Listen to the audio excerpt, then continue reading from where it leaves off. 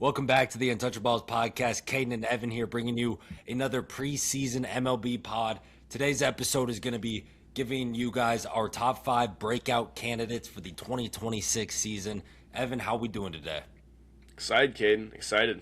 Baseball's close, man. Baseball's close. I mean, as of recording, a week from today, we get our first regular season game of the season. Baseball's here. As of release, that's true opening day. We get the tourney starting tomorrow. I know we said it a little bit in the March Madness pod, but this is beautiful time for sports. We had that terrible lull after the Super Bowl, and now we are back. An exciting WBC final last night. Crazy. Not a great result, we'll say that. I wish the Padres would have been nicer about using Mason Miller, so we could have just thrown him out in the 9th instead of Garrett Whitlock. Yeah. I feel like that would have changed some things and the game would have went to extras. Yeah. But even game's over. We'll see. They just didn't hit. USA, they did not hit at all. They never hit really. Not even last night, just the entire tournament, which it's still tournament. like spring for these guys. You know, they haven't really like played, so this is when they're trying to get their looks. And I mean, kind of like playoff atmosphere. Aaron Judge doing Aaron Judge things. Yeah, really. Not being clutch at all. 0 for 4, 3 right? strikeouts. Yeah, with 3 Ks. Man. Needed Judgy there. He did not show up. Thank you, Bryce Harper, for the little bit of hope. Yeah, just for cool. Garrett Whitlock to blow it. Yeah, it's all right. It's all right, Garrett. It's all right, Garrett. We'll forget about that because we're going to get into our top 5 breakout candidates for 2026. Evan, start us off with your first player. Yeah, so my first one is actually his first year in the league. I guess he's a rookie. I'm going with Kazuma Okamoto over in Toronto. I absolutely love this signing, Caden for the Blue Jays. I think he's going to be every bit of what Bo Bichette was at a way cheaper price. I think it was 4 for $60 they got him for, so they got $15 million a year compared to Bo's 40-something. 41 a year? Yeah. I mean, he's by far the most like established hitter, I feel like, coming out like from overseas than any of the other hitters that kind of came out, especially like Murakami, I guess you could say, you know. His ceiling might not be as high as a 40 home run guy, but I could very well see him hitting 23 bombs, you know. Yeah, upper twos, probably 270, 280, in the 20s of home runs, you know, probably a 780 to 830 OPS, somewhere between there. And this would be a really good hitter for this lineup that plays infield and outfield, which that's always a plus. And yeah, I mean, you're going to be getting him low in drafts if you're drafting fantasy-wise. Because he's not really known as like he wasn't even the biggest signing. He was probably the third behind Imaya and Murakami as like at least name he got value. The most money. He got the most money. He got the most money, but at least name value for sure. People knew Murakami more and they knew Imaya more. Exactly, and he's in one of the best lineups in baseball too. He's gonna be hitting in, so how many runs and RBIs he's gonna be able to get, or opportunities at least. I absolutely love him. Looked great in the spring too, which that's not something you take a lot into. But the one thing I do like is like his whiff percentage was very low. He was a guy that whiffed a lot overseas, and then he came here and it was extremely low, like almost too much low. Like I don't believe it, but still, I do love him this year. And I like Okamoto too. I think that's a really good pick. Coming over from Japan, like you said, he's got a much higher floor than someone like Murakami, who, spoiler alert, I'm going to get to here in a second, but Yeah. He definitely had the higher floor. I think he'll be a good enough defender at third base for this Blue Jays team. You can hit him in that like 5-6 range and just be a great, kind of like you said, get a lot of good RBI opportunities, just be able to rake in some of the stuff there. And yeah, I mean, even though we're broadly talking Major League Baseball, it's also a very, like you said, a good sleeper pick for your fantasy drafts if you have not done it already. Because, yeah, you might, depending on how, I guess, crazy the people in your league are with baseball, some of the guys might not really know much or really anything about Okamoto. They might not even know the name. That you could just kind of wait, snipe him late in your draft, and get a very solid third baseman for your roster. Without doubt. And then, yeah, like I mentioned, my guy is going to be Munetaka Murakami. I know it's been a little interesting since his, 56 home runs back in, what year was that? Back in 2022 in Japan. Then he had the amazing 2023 WBC. He's still been looking good over the last couple years. 33 home runs in 24. Only 24 last year, but it was in only 69 games. So 24 bombs in 69 games. That's he's got that elite power tool that you like to see. Yes, he does whiff a lot, and that is the one concern with Murakami. But also in my mind, he kind of profiles in a way as not a current day Kyle Schwarber, but like the first his first couple years with the Phillies of Kyle Schwarber, Yeah. where yeah he can hit you 40 plus home runs, he might strike out 180 to 200 times, but you could get anywhere from 30. I think he could in a true like the stars align season. Maybe not this year because it's his rookie year, but one of these 2 years in Chicago could be a 50 home run guy at his I think potential.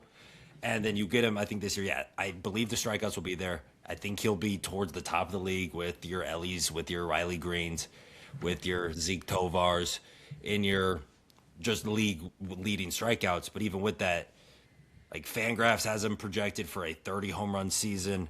The Steamer projections has him at 32. Like I do think we will see a high 20s, if not into the 30s, home run season for Murakami to really show that, yeah, he has some whiff concerns, but that power is truly legit, and that power is gonna what helps him stick in the big leagues for a long time. Yeah, I mean, you said everything right there. I mean, we've talked about Murakami a lot on this podcast. I feel like it's like We what a like big sign him. for the White Sox. We love him. Yeah, I mean, just the moon's really the ceiling, honestly.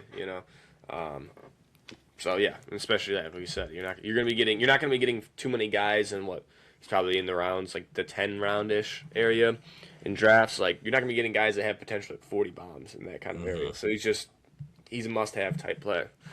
Another player for me that I have as a kind of a breakout player at a weak position at third base actually is Caleb Durbin of now his new team in Okay. the Boston Red Sox. Um, when you look at his stats overall last year, wasn't nothing special. Made like low sevens Yeah, OPS, not bad, but only nothing great. 11 bombs, 21 stolen bases, 257 average, nothing crazy. Um, Sorry, I was looking at his projections. My bad. He still hit 11 bombs, 18 stolen bases last year. And that was only in like 450 plate appearances though too. Um, but he's going to a lineup I think is going to be a lot easier to like drive in runs in a ballpark. It's probably fits him better. Um, I think the Red Sox obviously really do like him if you're going to be bringing him in and trade, letting Bregman Worley walk. Yep.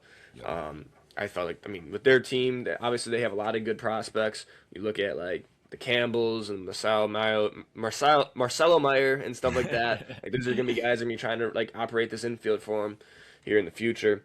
But like right now, I got Trevor Story too, kind of like in the fold there. You kind of forget he's there.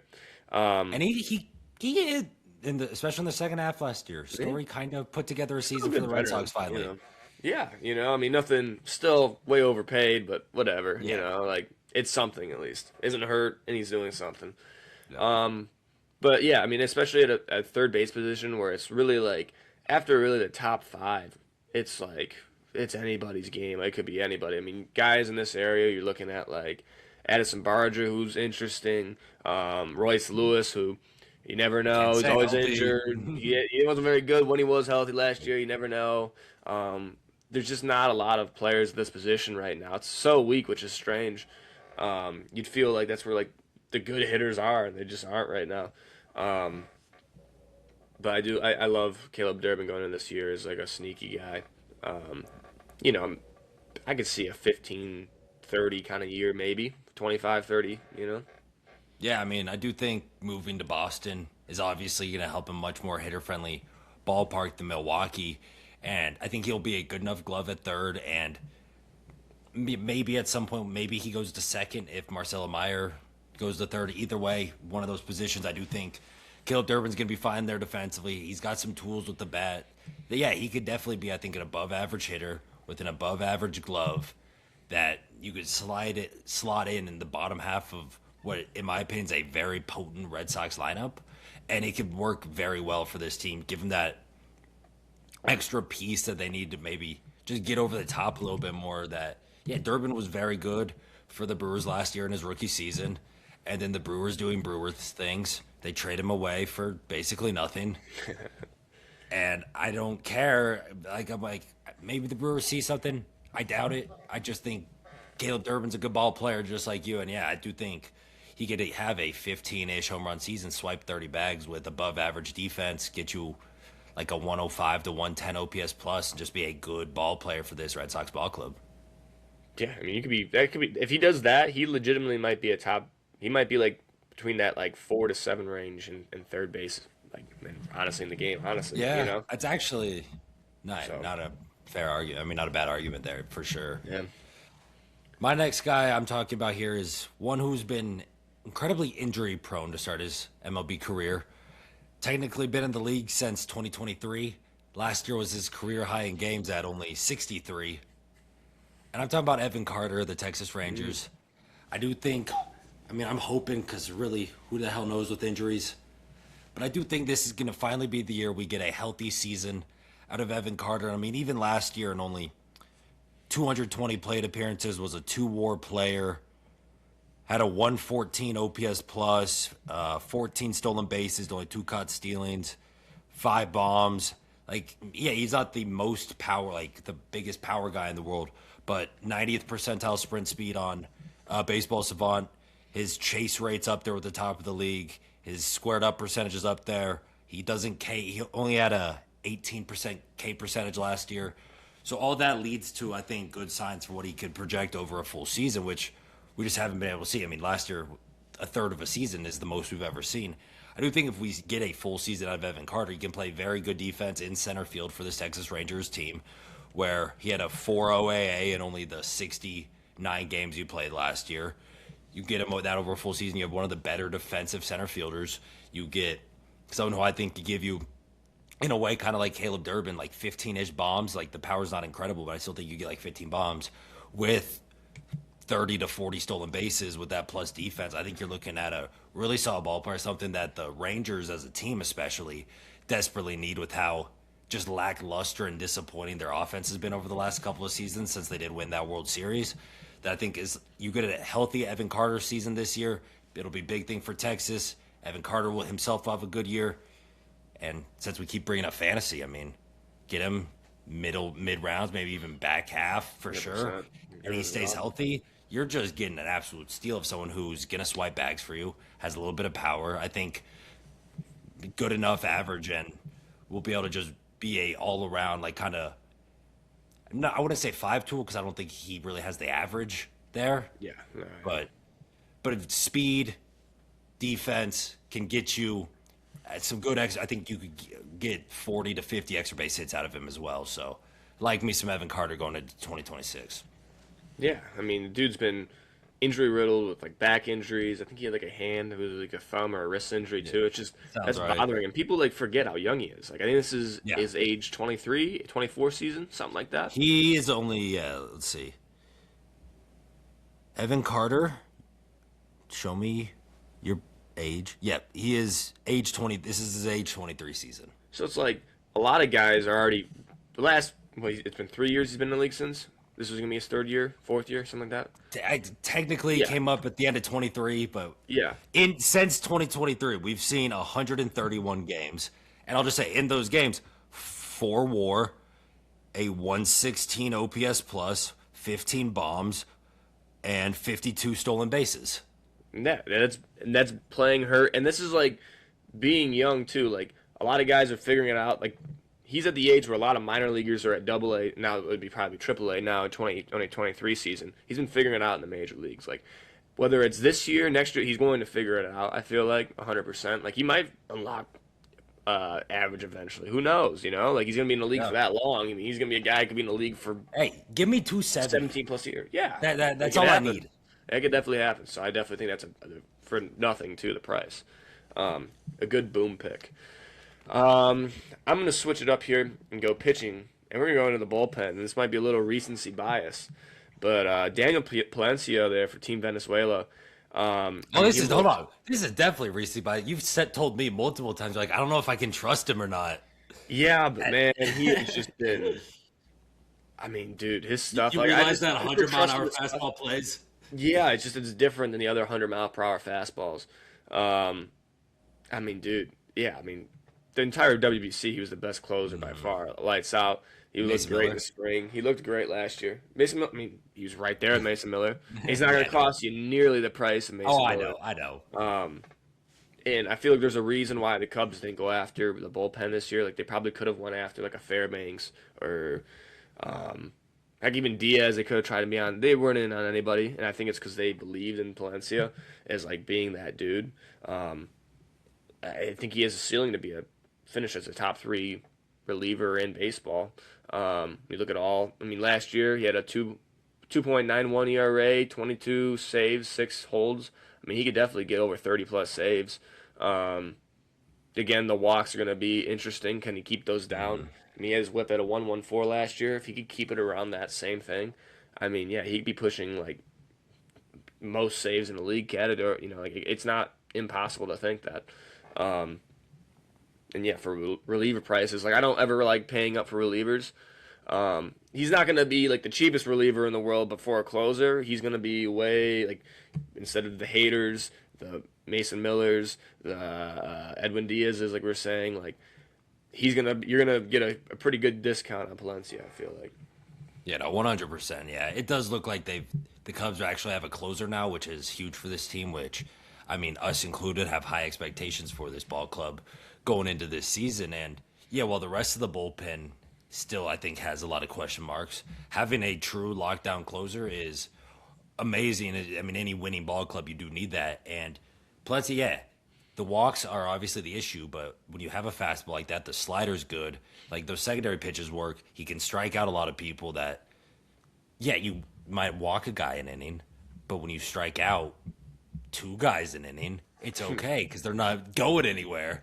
Yeah. And like you said, I do think he could be toward the top of the league in saves this year. Going into the year, already knowing he's going to be the closer, so he's going to have that mindset going into the season, know what he has to do after having it for about little over half the season last year. Like he's now locked into that, knows what's going on. And yeah, the WBC, absolutely electric. I mean, you saw him last night in the final, just shut down that USA lineup, shut down the Japan lineup as well earlier in the quarterfinal. That he is a very good reliever, and I do think, yeah, he could definitely be one of the top closers in baseball this year. So, Dwyer, I guess I'll go pitching with you as well here. Because my next guy's a starter, but I'm also going back to the same team in the Texas Rangers. And I'm going to be talking about Jack Leiter. I think this is going to be the year he puts it all together, finally has the breakout. Because, I mean, last year was his first full season in the bigs after a little cup of coffee in 24. 151 innings, had a 3.86 ERA with 148 strikeouts. So, I mean, not bad, nothing crazy. But then you look at some of the splits. His first half last year, he had a 4.37 ERA, did not look great. And then in the second half, in 71 and a third innings, 3.28, only 79 of his 148 strikeouts came in those 71 and a third innings. So it seemed like he was figuring out there in the second half as well. He already has one of the better fastballs in the league where his savant run value on his fastball is in the 90th percentile. His fastball velo's in the 88th percentile, averaging 97. His extension's really good. You just got to get a little more chase and whiff out of this stuff, which I do think he's going to figure it out, especially when you're in that system with the Jacob deGrom, with the Nate Eovaldi. I mean, his dad's Al Leiter. I'm sure you could call him up anytime he wants and get some amazing pitching advice there, too. That I think this year he's going to put all together, get those secondary pitches really working, because what we saw early in his career in 2024, early 25, the secondary pitches, his curveball, his slider, was not doing much. Like he was hanging them over the zone and they were just getting crushed. And then you see it over the second half of the season. It was getting a lot sharper, was getting out of the zone. He was getting a little more whiff, getting that strikeout rate up. That I do think one full off season after that second half, put it all together. We see Jack Leiter. I mean, opening day, he's probably the number 4 starter in this Rangers rotation. I do think by season's end, I mean, he will be better than Mackenzie Gore, even though I think that was a great trade for the Rangers. I do think by the end of the season, we will be thinking of Jack Leiter as a better pitcher than Mackenzie Gore, maybe even the number 2 in this rotation. even though Nate Eovaldi is still an absolute dog, I still think Jack Leiter has that much potential in him, and this is the year he puts it together for a full 162. 100%. I mean, they're going to need him too. I mean, that rotation, obviously, like you said, Evaldi to ground, it's an older rotation. They're going to need some guys, especially just for their future. You know, I mean, they have those young guys. We talked about Carter. We talked about Langford before. I mean, obviously, they're going to have Walcott coming up eventually. Like like him, Rocker. These are going to be guys who are going to have to kind of like carry that team if they want to ever compete. And I think he's definitely like the guy that they're looking at as like the potential next ace for this team eventually when the DeGrom's done. For sure. This is going to be kind of a controversial breakout player, Caden. We're going back to the bats. His average draft position I have on ESPN right now is at 195. So this is pretty far down. Yeah. Doesn't play a lot.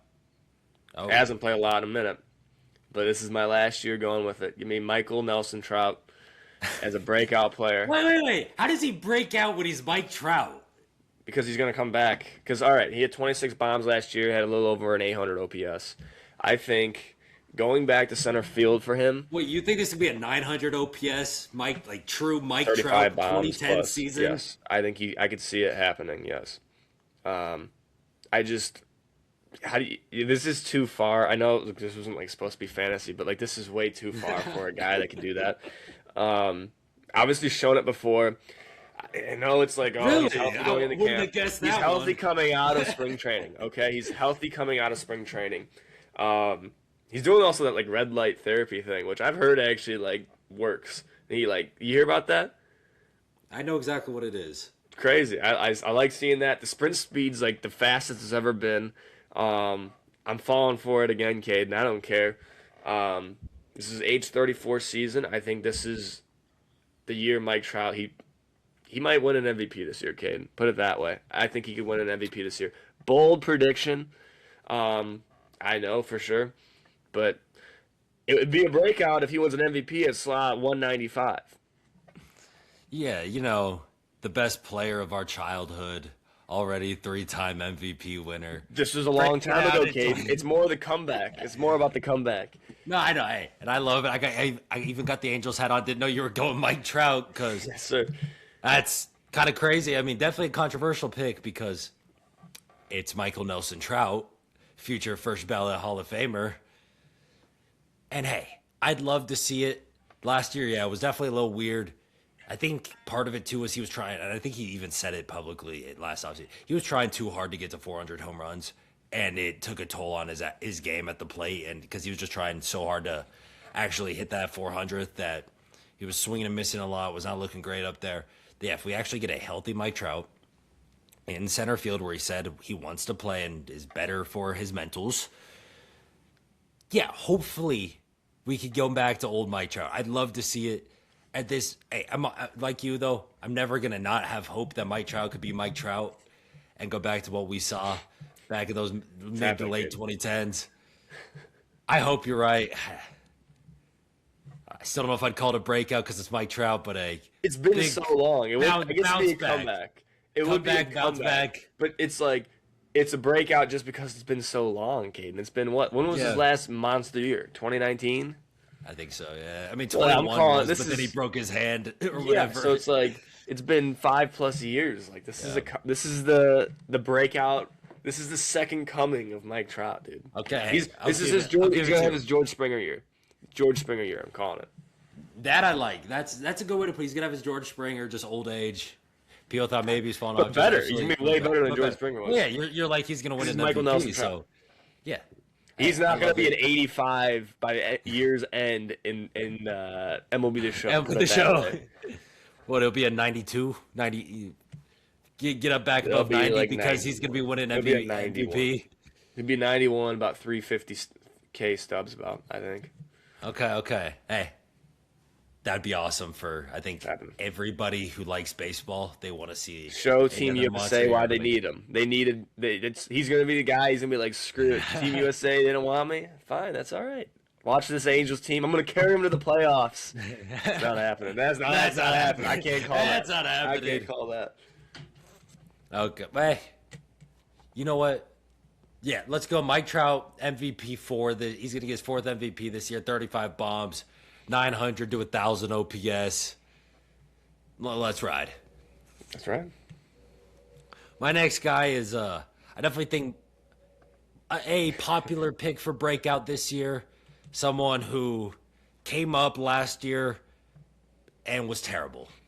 62 games, negative 1.3 baseball reference WAR. Yo, I'm talking about Jack Caglione, baby. I do think we finally see. I mean, last year was so bad. 157 average, a 49 OPS plus, and 232 plate appearances, only 7 home runs. I also think part of that was because he's a first baseman and he's been a first baseman DH his whole career. And then the second he gets up to the big leagues, the Royals are like, now go try to learn how to play right field. I know you've never done this before, but go try to play right field. I do think that probably hurt him a lot here. And kind of in a way like Murakami, he's got that elite power tool where on any given week we could see him go off for 4 or 5 home runs in a week and have 12 in a month just because he has that type of power. And yeah, last year was terrible, but he had a 12% barrel rate, which is great. His bat speed was one of the fastest in the league at 77.5 miles an hour. So he's got a lot of those tools that everyone likes to see, especially with the bat speed and barrel rate. Just actually make contact more, which he was not doing a lot last year. I think just having more time under his belt of seeing actual major league pitching, because he didn't have a lot of time in the minors because he was just hitting too good down there. That you just see this major league pitching more. You actually get a full season. You had the spring training. You had spring training. You had the WBC. So you're in your playing shape. You're ready to go. And I think for a Royals team that definitely has some expectations this year to get back to the playoffs, compete at the top of that AL Central, I think Cags will be a important cog for this team. And that, yeah, we're gonna see. It might not be 35 home runs like Dwyer thinking Mike Trout can get, but I do think we could see somewhere. I think we'll see at least 25 bombs out of him. Get that OPS plus to at least I'd say 115, and just be an all-around good ball player. I think he's probably figured out the outfield a little bit better now. If they still want to throw him out there, or just have him DH and rake there as well. It doesn't matter. I think the bat's gonna play this year. He's gonna figure it out. Jack Cags breakout. how far, like how high? What do you expect his like batting average to be around if he breaks out? A good like what do you think a high end is for him? High end 260. That's pretty freaking high. I don't know right there. You said high end. I think that's high end. Like I think realistically, like in my idea for him this year, he hits 242. It's still pretty high. I'd put it like 230. I mean, dude hit like what, $160 last year. Yeah, yeah. But he hits 220. That's a pretty. That's a huge. That's a huge bump. That'll be breaking out. You know, but like if I could see him hit, okay, let's even say 230 with 820 OPS, 25 bombs. I think that's an incredible, true first full season for Caglione. Yeah, like you said, like it was stupid that they never had him play the outfield. Fences are moved in this year.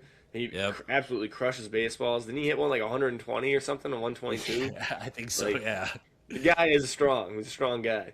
Yeah, you have a theme, bro. You like these big power hitters. You and Murakami, man. I like yes, it. sir. And then Are we on number Carter, 5 the already? complete opposite. Yeah, he hits bombs.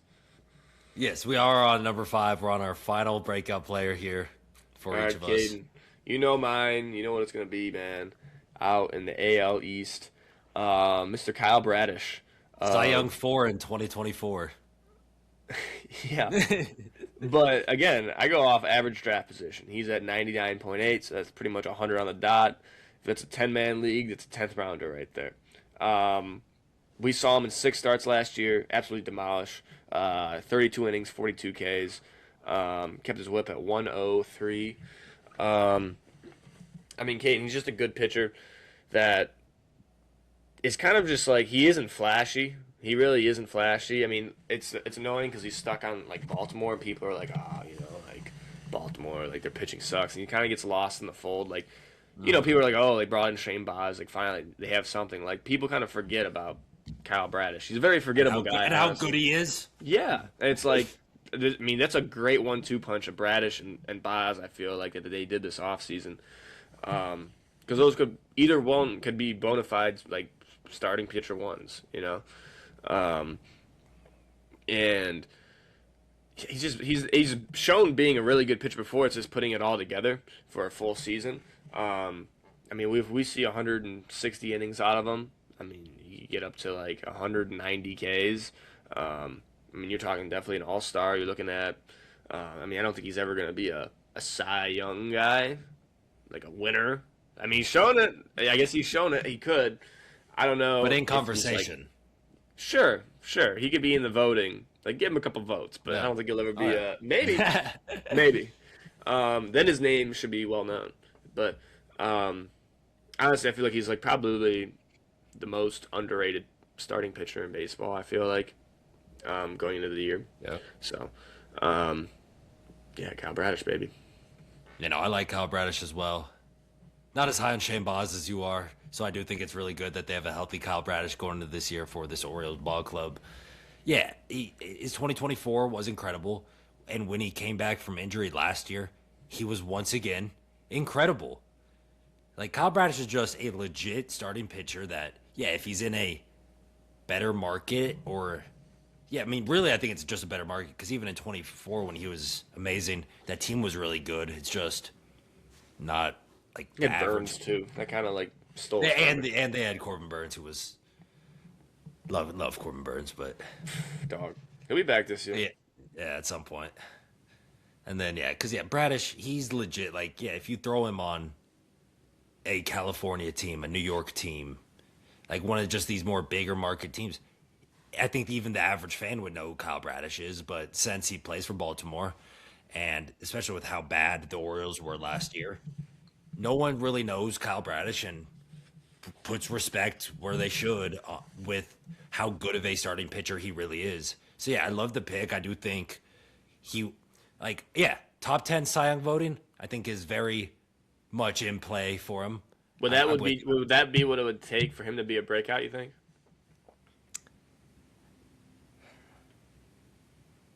I mean, because you're kind of going off ADP as well, so I guess it's a little different. Yeah. But, like, let's say, because, I mean, you're saying he's, like, ADP's, like, around 100. You said, like, 99.7 or something. Yeah. So, it's got to be, like, I'd say if he's a top 15, 12 fantasy starting pitcher this year, that would qualify. Yeah.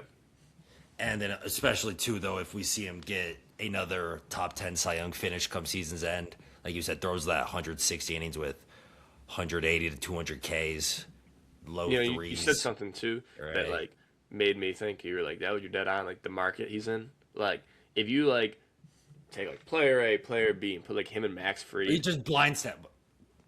I like Max Fried. Don't get me wrong. I like Max Fried. I love Max Fried. I know, but that would hurt your head. That would hurt you. It did. But, like, if you put him on New York and Fried in Baltimore, I feel like they would be, like, where they are right now. I think Fried would be, like, lower end. Like, I don't think he'd be an average drafters in the 100s. Max but, like, Fried had a 80s.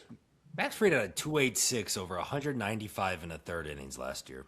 I'm not just saying, like, a 142 ERA. I'm not saying into this year. I'm not saying into Max this Fried year. is a career 141 ERA plus, career 303 ERA over just shy of 1,100 innings. Fair enough. Max Fried is that guy, Dwyer. He's a good ball player. He knows how to throw the rock. Max Fried's a great ball player. He throws that rock extremely well. Kyle Bradish be better than him. He's gonna finish higher. Well, hey, you bringing up Max Fried though kind of brings me into my last breakout player. Beautiful. Because it's a teammate and rotation mate of Max Fried of the New York Yankees. I think it is. Newly acquired Ryan Weathers. No, that wasn't who I was thinking. Nice. What, were you thinking Cam Schlittler? Yeah, dude. He'd be so good. I do. I think I wanted to go. I mean, Cam Schlittler, I do think he's been really good. I like me some Ryan Weathers, though. I mean, he hasn't completely shown it in his big league career yet, whether it be with San Diego or with Miami. But even, like, he's been injured, too. His career high in innings pitched was 94 in his rookie year with the Padres. But he's got a really good fastball at averages 97 miles an hour. Last season he had a just shy of a 29% whiff rate, only walked 7% of the batters he faced. That you just need to get a little bit more with the secondary pitches, kind of like what I was saying with Jack Leiter. Like these are two guys with elite fastballs.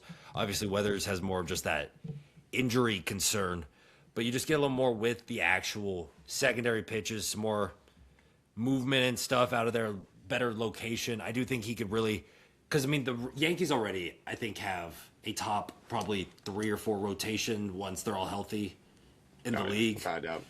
So you get Ryan Weathers as your 4 or 5 guy in the back end right there, and I do think, assuming health, like Evan Carter, if you could get even 140 innings this year, I think you could get a 3.4-ish ERA out of him. 140 innings, maybe 160, 65 strikeouts. Oh, he could push the Ks. He could definitely push the Ks. Yeah, he definitely pushed the Ks. He could push 180s in that range if he could. He really could. Even with 140 innings, you're right. He definitely could because he's got that type of stuff.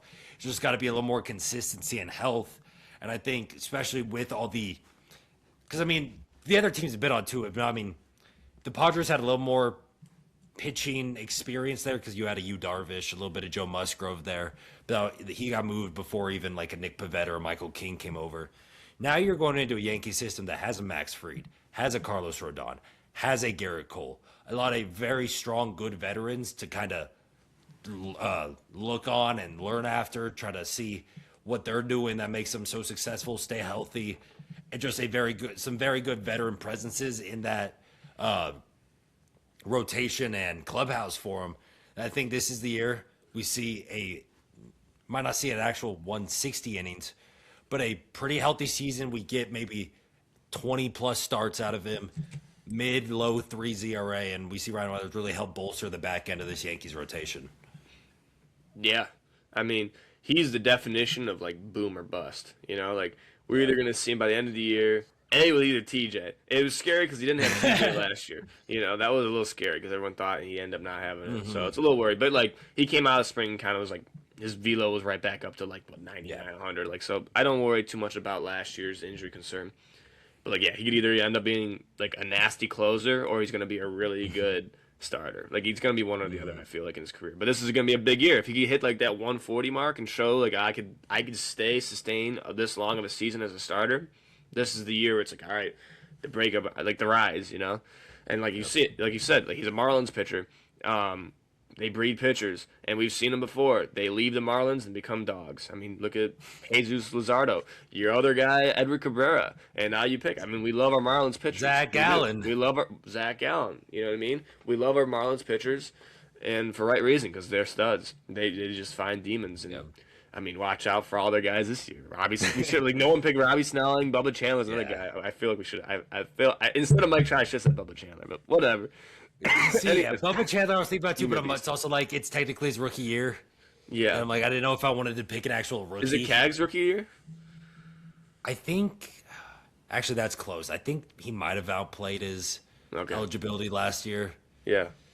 Because I mean, I don't know exactly what the rules are, but he played 70 games, so I think he probably didn't. You need like 125 at bats, so I think he had more than that. Yeah. And then because then Bubba Chandler had a whole 3 or 4 starts.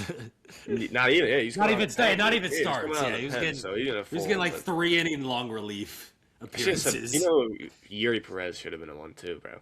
That's your love boy. Yuri Hey, Perez. he was your. Like, he was I your Cy Young. He finished top 10. He's gonna be the freaking Cy Young this year, dude. Dude, you're the one who drafted him as your never vote getter in our Cy Young draft. I should have done. I don't like instead of just breakout players. I should have just been like the entire Miami Marlins team. This team's gonna win the NL East. You're like, okay, first up I got Jacob Marcy. Now I got Yuri Perez, Robbie Snelling. I'm not high on the bats. I like Marcy. I think he's all right. I like Conine. I'm not a huge fan of Casey, but like I trust. I like Kyle Stowers. I do like Kyle Stowers. It'll be interesting if he can keep that up again because he was so good last year. He was so good. Augustine Ramirez can hit. He's not a catcher at all.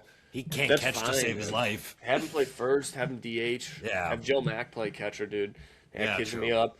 Like if they're like one like monster bat away from being like legitimately so good. Because I mean, that rotation's just gonna be so good eventually. I That mean, rotation's Snelling nice. and freaking Perez, you're like, holy crap, man, are you Still serious? got Sandy. And you got Sandy, and like I think Sandy, this is the Bounce year for back. Sandy.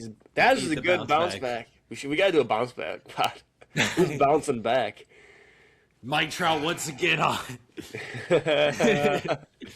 Yeah, Screw he's it. on a Chris bounce back. Bryant bounced He can back come even though back. he's on the 60-day Holy IL to start no! the year. If I say Chris Bryant is a breakout, would that be considered a breakout or is that a comeback? That'd be a comeback because I mean he's an MVP winner. But it's been so long. It's been 10 years. Well, he was good with the Giants, and then he signed with the I Rockies. think and you turned into overrate his complete Giant awful. season. I don't think his Giant season was that good.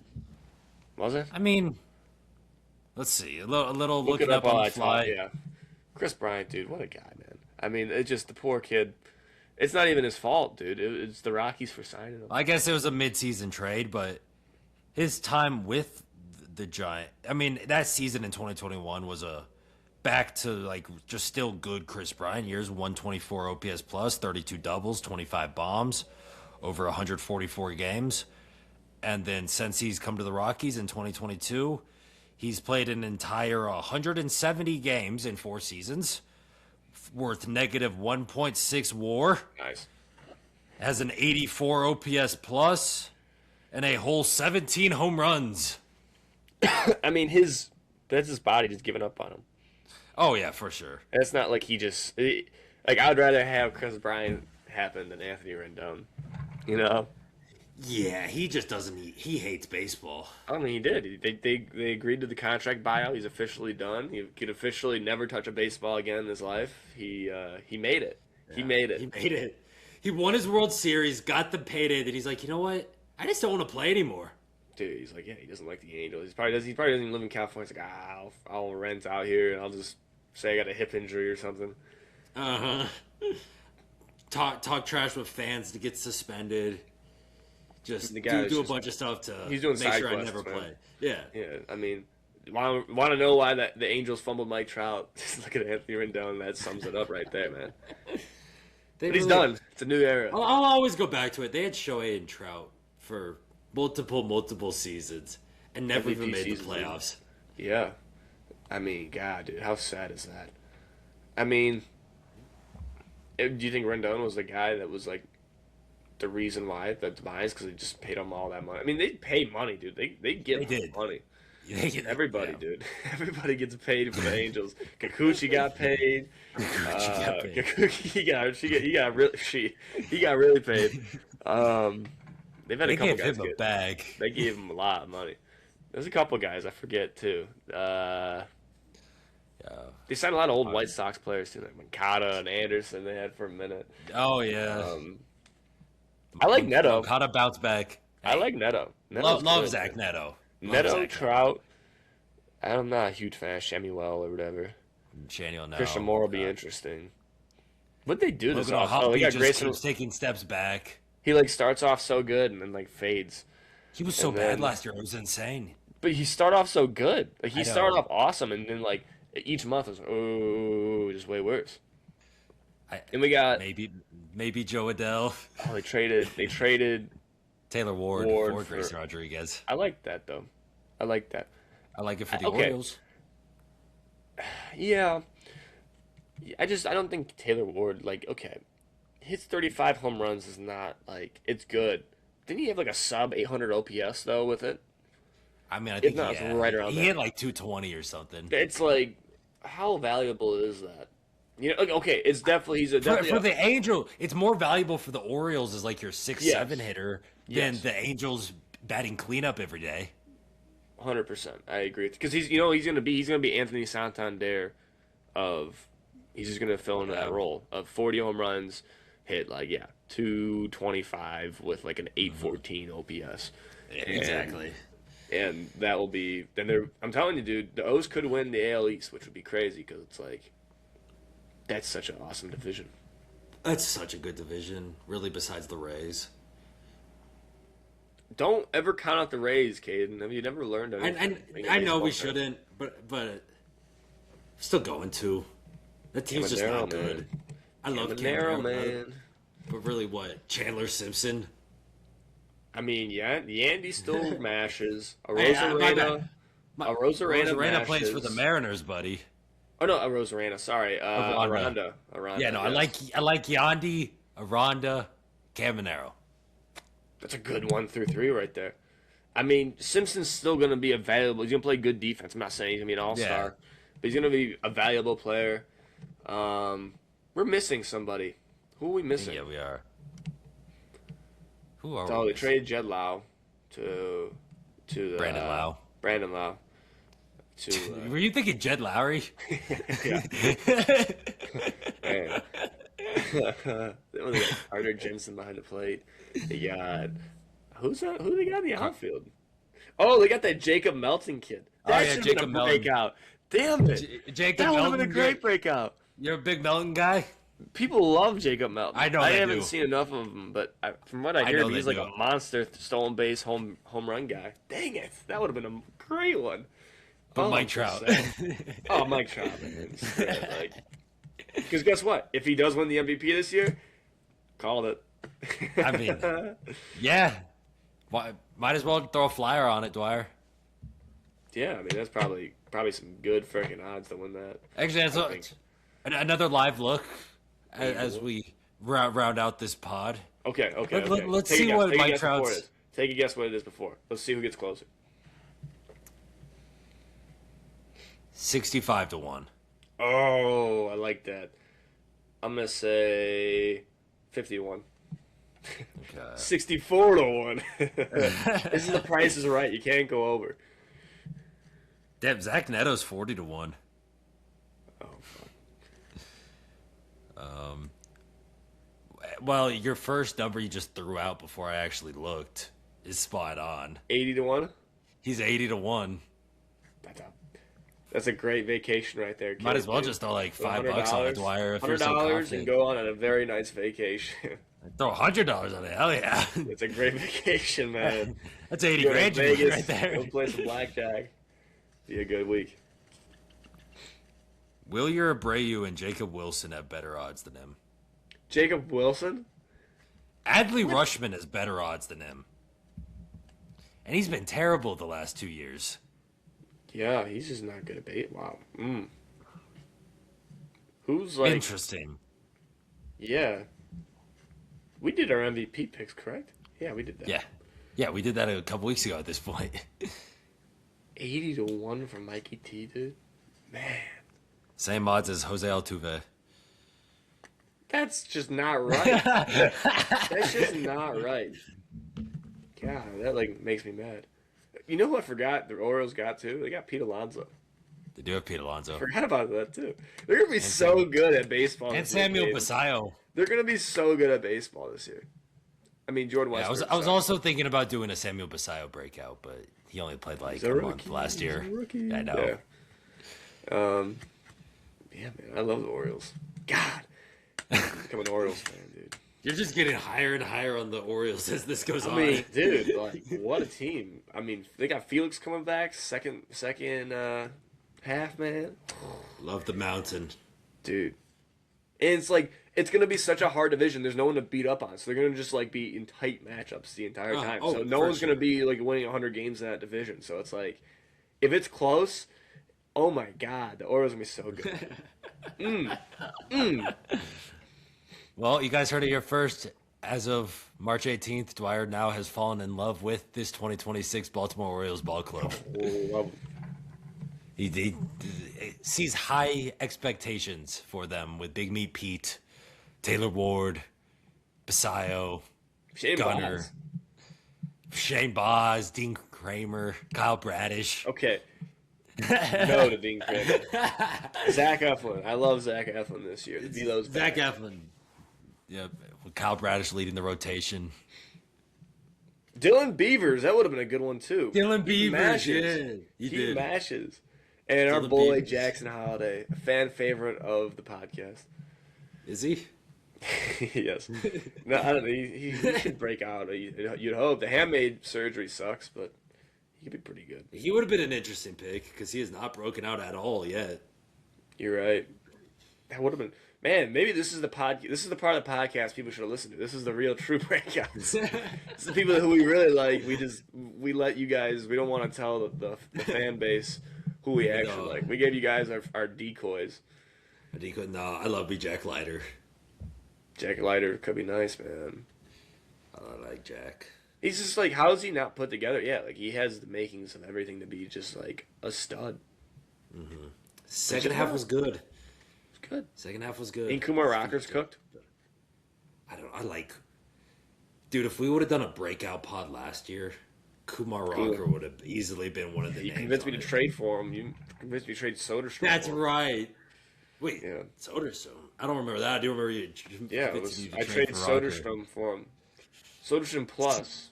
Still could be good. Still could be good. Maybe he also puts it together this year. Kumar Rocker and Jack Leiter breakout. Yeah, all right, buddy.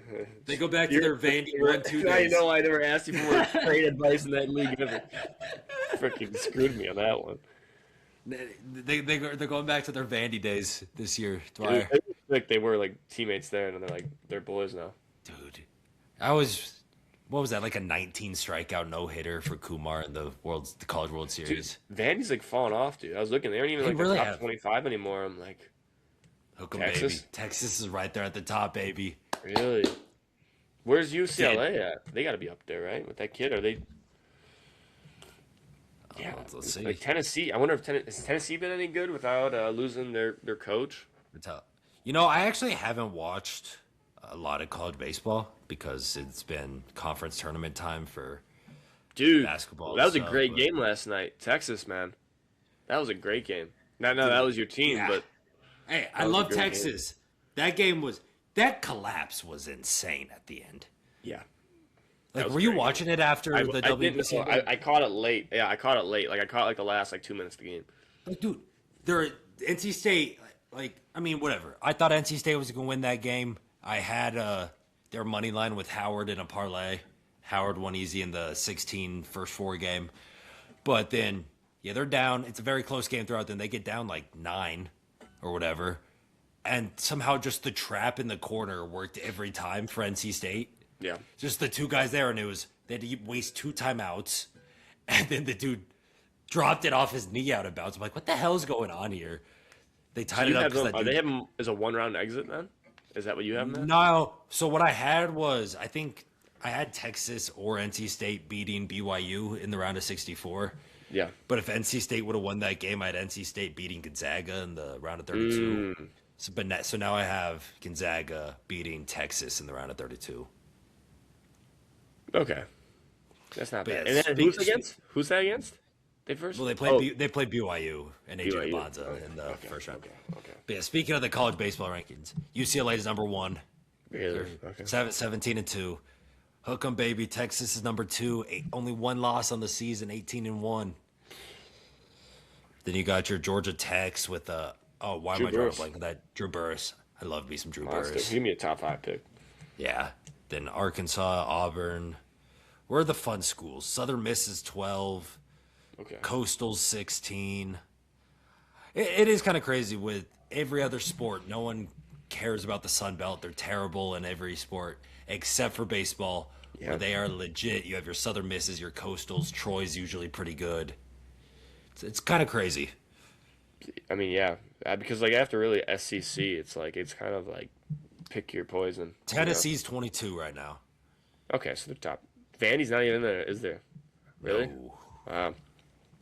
Yeah, Man, I mean, Louisiana is 25. wow, man, yeah. Another. Shocker. Are they Sun Belt? No, they're SEC. LSU. No, LSU's out of the top 25. I'm Oh, talking about Louisiana. The Raging Cajuns. Oh, geez. The Raging Cajuns are 25, Dwyer. Well, it's like Arizona State. What conference are they? They're both Big 12. Okay. All right. Neither Yeah, of them are you ranked. never hear Big Ten schools ever Yeah, let's good. see. We got Oklahoma in the Big 12. Let's see. UCLA, ACC. Then we have SEC, ACC, SEC, SEC, SEC, SEC, SEC, ACC, SEC, ACC, ACC, Sun Belt, ACC, ACC, SEC, Sun Belt, Oregon State, who's technically in a, I don't even know what they are for. They're in the Pac-12, but Did they get Pac-12 some is not a studs thing. there? Yeah, Well, Oregon State's always they good. get they got Rutschman, they had Bazana, they had Yeah, somebody else too. Oh, Arquette, right? yeah.